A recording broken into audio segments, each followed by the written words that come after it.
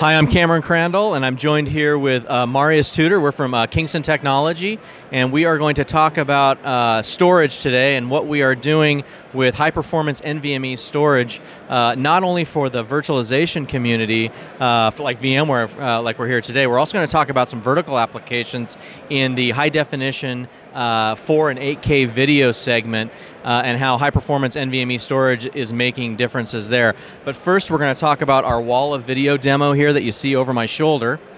This is 480 high-definition video streams running off of a single Kingston NVMe SSD, and I'll grab one here. So this is a 2.5-inch NVMe SSD, so very similar to your front-loading SATA and SAS. Only we're connecting via PCI Express, and we are getting about 5 to 6 times the performance with NVMe than we do over SATA and SAS. So this technology is really the wave of the future. We want to get away from the hard drive interfaces that we've been using on SSDs for the last 8 or 9 years and move to a faster flash interface like NVMe. We can come around to the front of the server here real quick. And you can see down here we've actually got multiple U.2 DCU1000s installed in the server here. But we're able to run these 480 videos off of a single NVMe SSD. This is simply not possible with serial ATA and SAS, so we've got to use NVMe to be able to deliver this type of performance. So let's talk a little bit about high-performance storage in the virtualization space, right? Flash is a big part of virtualization. vSAN, you have to have flash. vFlash, which is a read caching option within a VMware. So flash is very much a part of the virtualization scheme, and NVMe is going to pave the way for the ability to do more with less. That's what virtualization is all about, and NVMe is going to offer that next level of storage performance in the virtualized environment. And maybe you can talk a little bit more about how NVMe is making a difference with applications. No, thank you, Cameron. The key thing, guys, is keep in mind this: the more IOs per second you can drive, the more VMs or VDI instances I can actually manage. And this is a very, very key thing. If you look to your point about trying to do this maybe in SATAs or other media, not to even mention the HDDs, when you look at running 100 IOPS, a couple of hundred IOPS per device, right? I need a lot of devices striped in parallel to be able to drive the kind of performance that we're talking about, 500,000, 800,000 4K IOPS like you do on the U.2 NVMe, the DCU1000 like you were showing, Cameron, or even more so when you're talking about a 1 million or 1.2 million 4K IOPS that you're talking for the DCU1000. So literally you're talking about thousands of spindles to drive the type of performance in a VMware environment to give the user the right type of experience. So this is why we believe it's so critical, and I'm so proud as a company, Kingston introducing the world's #1 performance NVMe device, both as a low-profile Gen 3x8 DCU1000, scaling up to 3.2 terabytes, correct?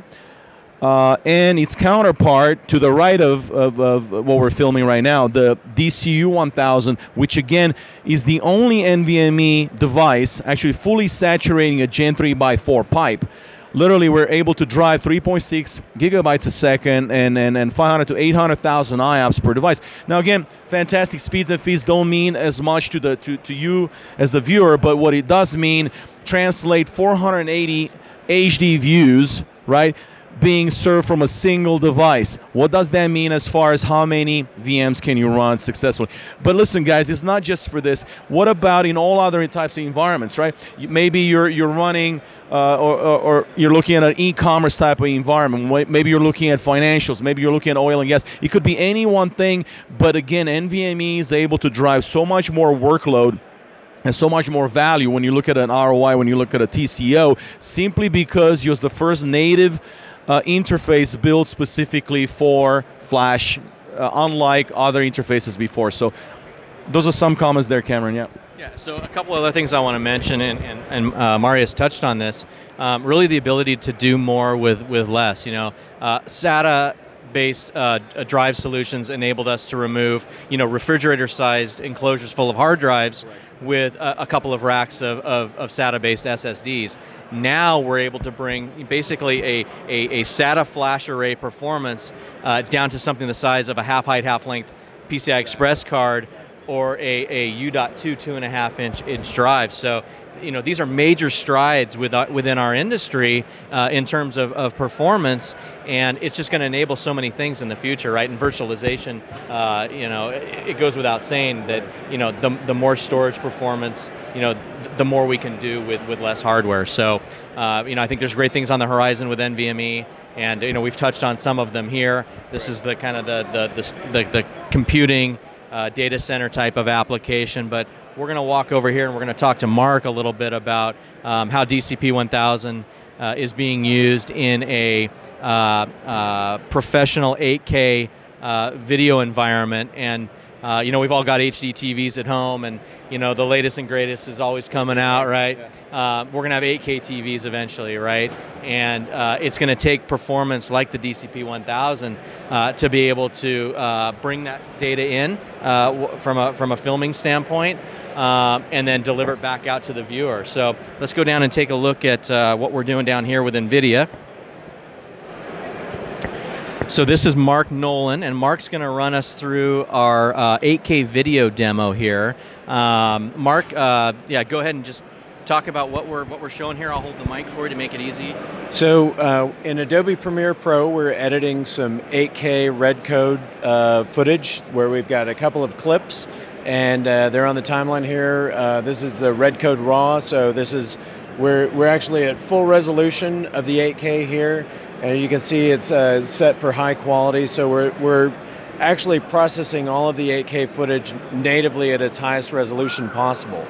And so the GPU is actually having to work a little harder because it's scaling it down to fit on this 4K monitor, but we're actually playing back the native 8K red code raw. And at the same time, we're doing real-time GPU effects on it. So the GPU is providing the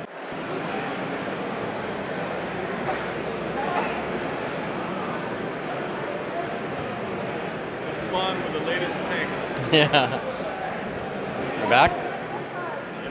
Okay, so we're back. So just to kind of wrap up here, one of the things I want to highlight to our viewers, I don't think really, the general public really knows, how much data is being produced when we talk about recording in 8K, right? So I was told that the amount of data that's ingested into the camera onto a storage medium from 4K to 8K is not 2 times the amount. It's actually 3 times the amount of data coming in from the camera to the drive at a very, very fast data rate.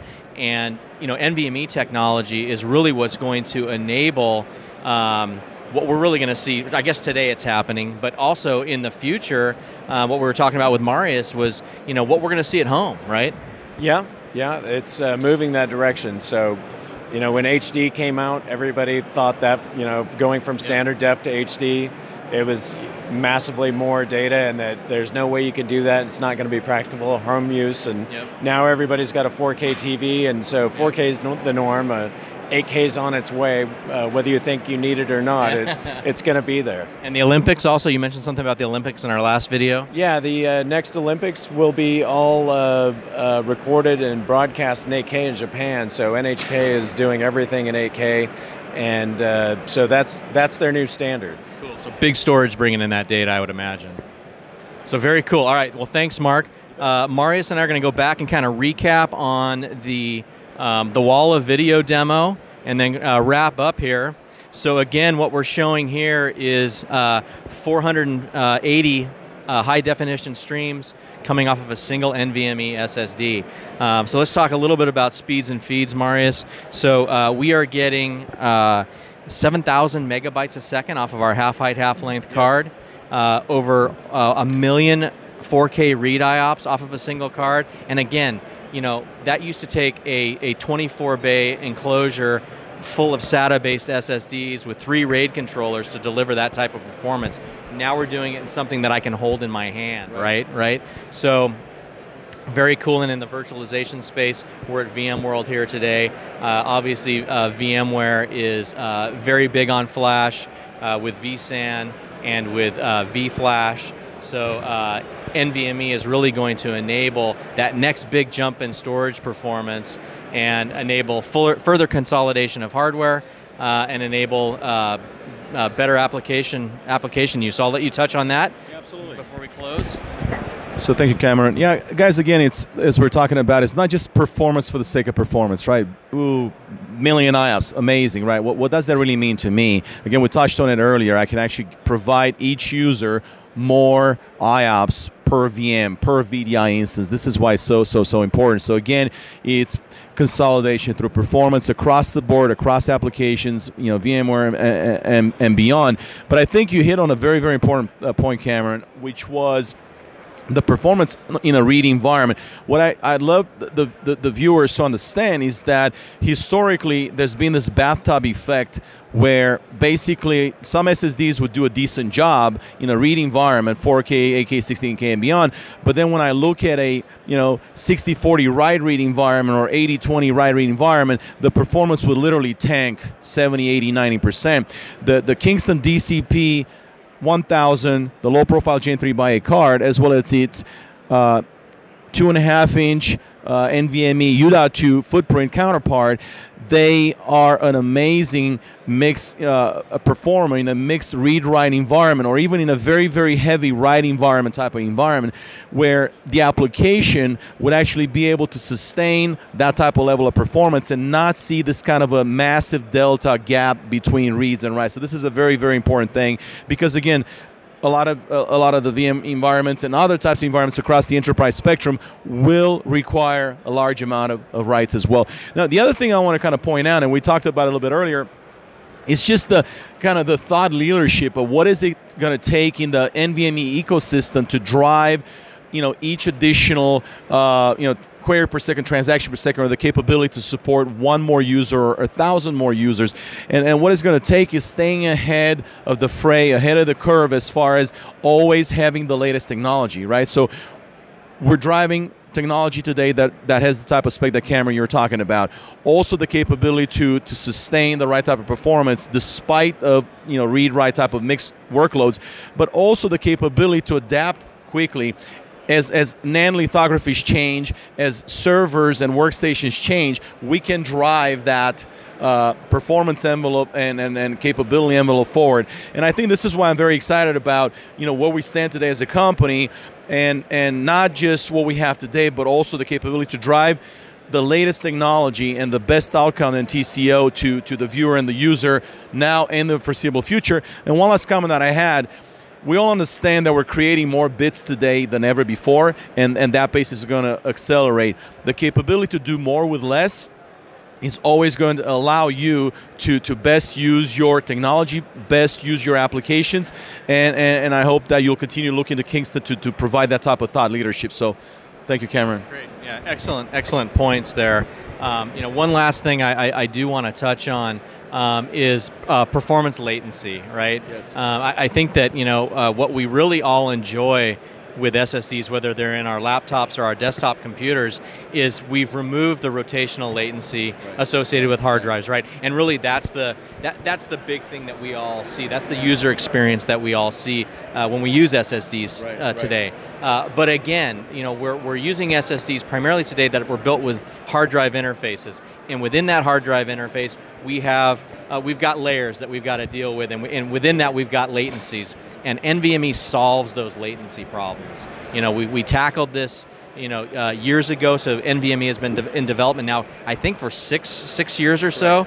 So a lot of work has gone into really maximizing the performance capabilities of flash-based SSDs and getting the hard drive interface, or moving ourselves away from that hard drive interface. So, yeah, all good stuff. So, I think that concludes our video. Is there anything else that you want to touch on, or?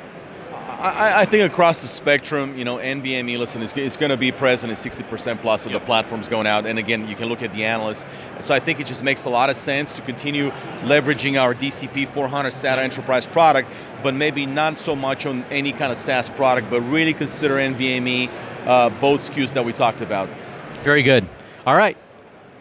So signing off from VMware, VMworld 2017. If you want any more information on our products, you can go to kingston.com, search under our Enterprise SSD section. You'll see the DCP 1000 there, and you can read all about our specs and so forth that we talked about today. Thanks, Marius. Thanks, guys. Yep.